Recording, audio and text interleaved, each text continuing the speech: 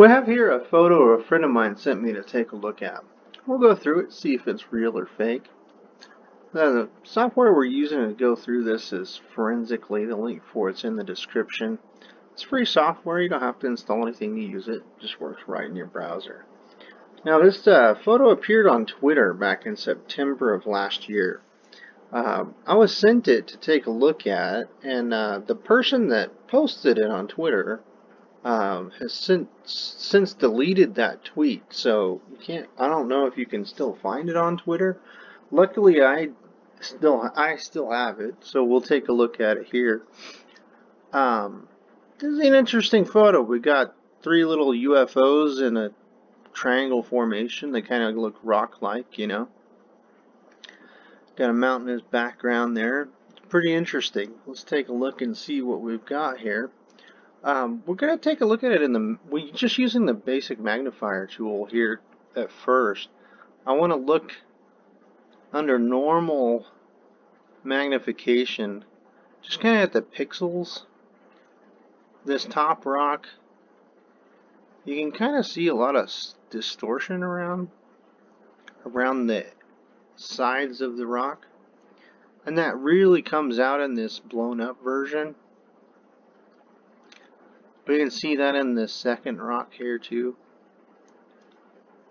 and then again in the blown up version for it as well. In the third rock, it's pretty clean. We don't really quite see as much or any similar distortion surrounding it,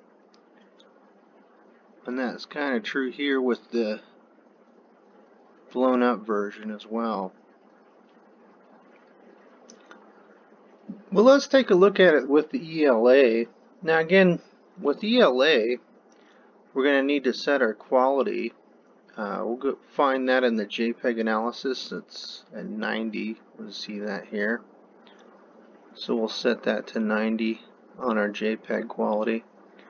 Now with ELA, of course, ELA takes a look at the digital signatures of the image itself.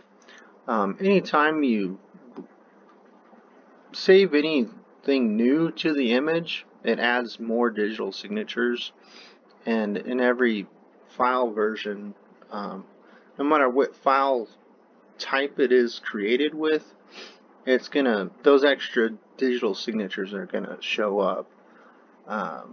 So like if you have a JPEG file and you open it with Photoshop, then you have to save a new JPEG file. Well, that's going to add additional digital signatures on top of what was already there, and the ELA brings that out. Taking a look at this photo, there's really not much that we can kind of differentiate. If we look at our normal photo, we've got our three rocks here. And in ELA, the three rocks, the one at the bottom really shows up here. There's something going on there that really stands out with all those extra orange pixels. And then our top rock has a little bit of stuff going on, but it's not much different than some of the other digital signatures we see throughout this.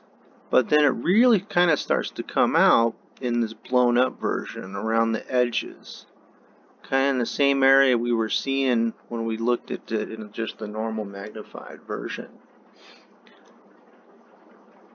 And one thing you can do with the JPEG quality, what some people do with this is they'll start at 100% JPEG quality no matter what the photograph they're looking at, and they'll just gradually slide it down until they see something pop out.